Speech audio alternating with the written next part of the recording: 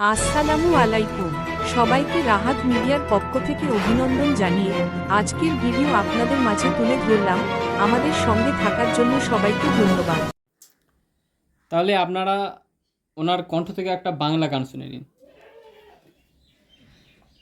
জোনাকি জলে আর নেভে যায়, রাত পাখি আধারে ডেকে যায়, প্রহরে প্রহরে আকাশে ওই দূরে জাগরে তারারা কি আশায়, জাগরে তারারা কি আশায়, স্বপ্নের দেশেতে চলো যাই একসাথে, যেখানে চাঁদ মামা গান শোনায়, রাত নামে দু